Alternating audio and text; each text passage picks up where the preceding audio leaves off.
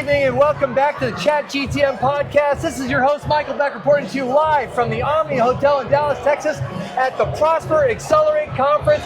And I am here with the one, the only, the master of M&A, Mr. John Davies. How you doing, John? Very good, very good. I told you I got a little bit of energy to share, so let's do it, man. Let's bring it. So, John, I saw you on stage over at the Yum Brands headquarters. That was something else. Tell me a little bit about your company first before we talk about this really cool thing behind me that people are going to lose their minds over. Yeah. What's going on at Buyer's Edge? Oh, man. So, I mean, we just keep going faster and faster, which is great. We've been in business for 27 years. Yeah. But I keep pushing my team and ourselves to go even quicker and faster and do more. We've already acquired 10 companies this year. We're going to acquire 12 by the end of the year. Wow. Yep. And I mean, I know a CFO or two that just bounce into the night after one M&A. Like, how do you guys even handle that kind of velocity? no, if we don't buy one a month, I'm a little disappointed in our team. Yeah. All right, so tell me more. All right, so Buyer's Edge, for everybody that doesn't know, we are a procurement platform with tech-enabled. We invest a ton in data, software, and technology and AI to enable operators to save money and grow their business.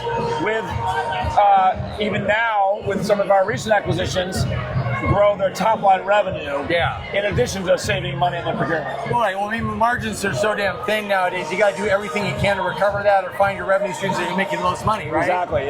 And inventory management's always a pain in the butt. Inventory on hand is money being wasted or lost or theft being opened. Exactly. So is most of your domain all in restaurants? You operate retail as well? We're very little retail. It's mostly food service, restaurants, hotels, casinos, healthcare, schools, kids' all food service mostly. Okay, but food service where people are buying food, having experiences, and they have inventory that they carry, I imagine, right? Yes, totally. Beautiful. Yep. So, I met you over at the Yum Brands HQ. You gave a great presentation over there. Everybody's hyped up at it. It's amazing. There's this phenomenon. I call it the new word. You have that thing where you hear that new word one time. What's that word? Any word. But then you hear it for the first time, and then you hear it everywhere. Right. That's you, man.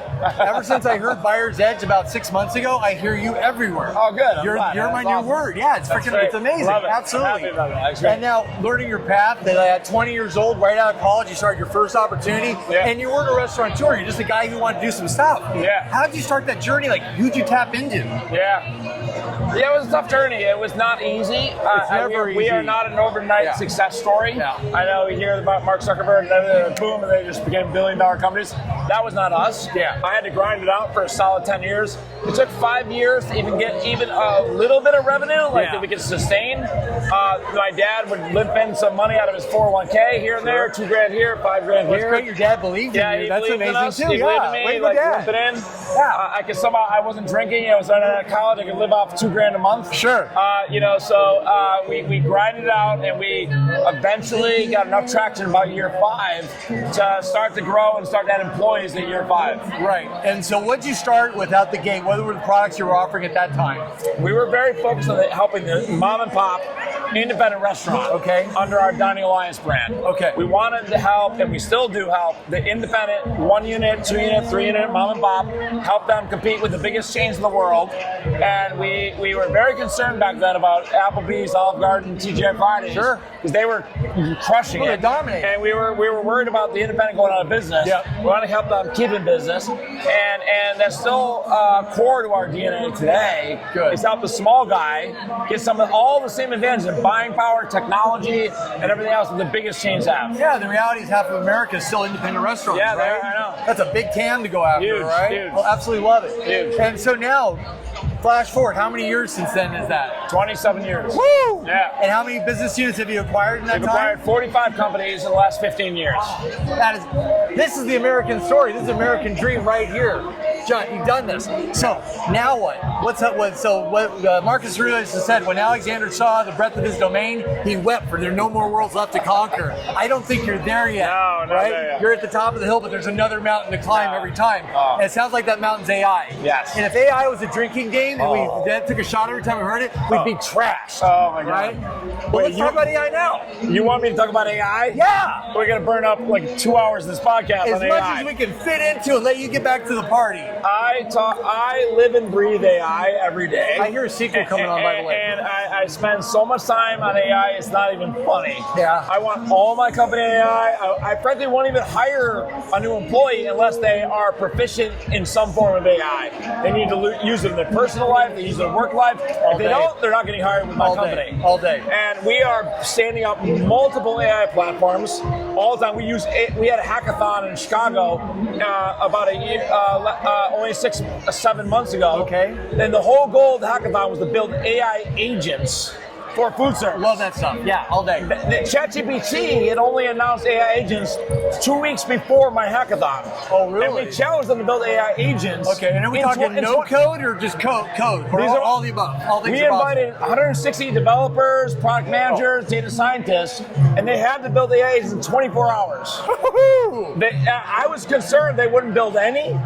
They built 40 in 24 hours. Well, you probably had a bunch of ADHD programmers that could do it overnight and just figure that stuff out. They stayed up all night, unlimited booze and whatever they needed, Red Bulls and everything, and they built 40 in 24 hours. What was just give me the top 3 that came out of that? The number one, we paid a $5,000 prize to the number one winner. Okay. They built a FSMA AI agent, would track and watch whether they were tripping up the food safety, traceability, foodborne illness issues. Wow. Okay. And it tracked the USDA website, was scraping every day, constantly, every 10 minutes. Yeah. And then it would alert the restaurant if they owned that inventory to the quarantine. Did it happen in the blockchain on top of that? They didn't do blockchain in 24 hours. Sure. You never but that's know. the idea. Yeah. And then it would eventually call them, literally outbound call the restaurant look and say, you have a foodborne illness in your kitchen.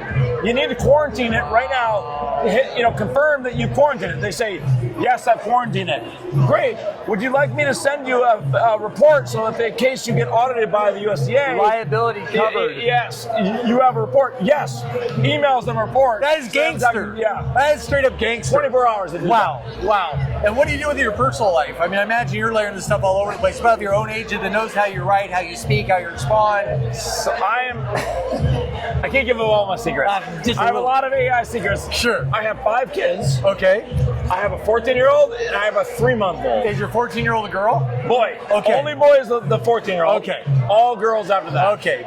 And I do think about, I want them to have a digital record, a digital AI record of me and my life, and I am working on that. And one day... Like your persona? Maybe, yeah. Okay. Maybe I'm gone, and they can all talk to dad, even if I'm gone. I love that. That's how weird I am about AI.